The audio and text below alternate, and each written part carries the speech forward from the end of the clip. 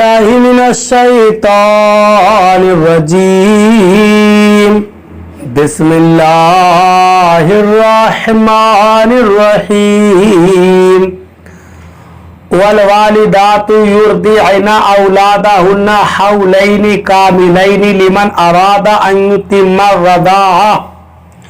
وعلى المولود له رزقهن وكسوتهن بالمعروف لا تكلف نفس إلا وسعها لا تضار والدة بولدها ولا مولود له بولده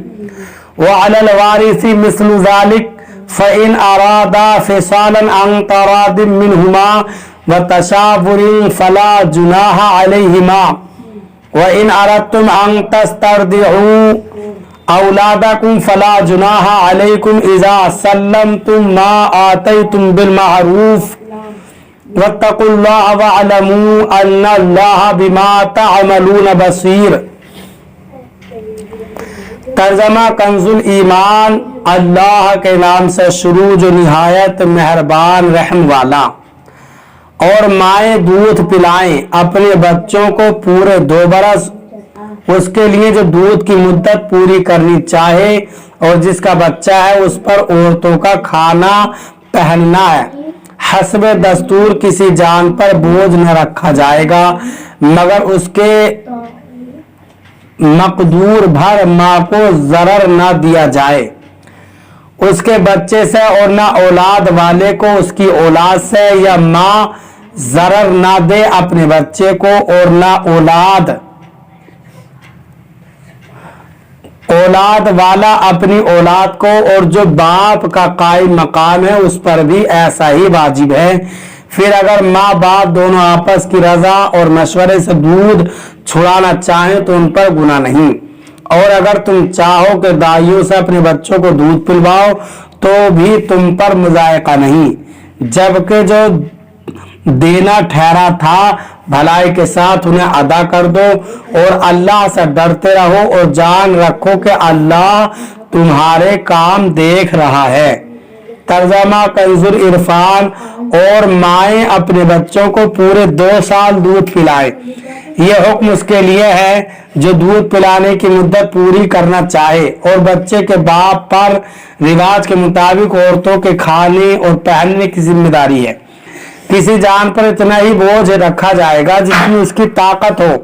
ماں کو اس کی اولاد کی وجہ سے تکلیف نہ دی جائے اور نہ باپ کو اس کی اولاد کی وجہ سے تکلیف دی جائے،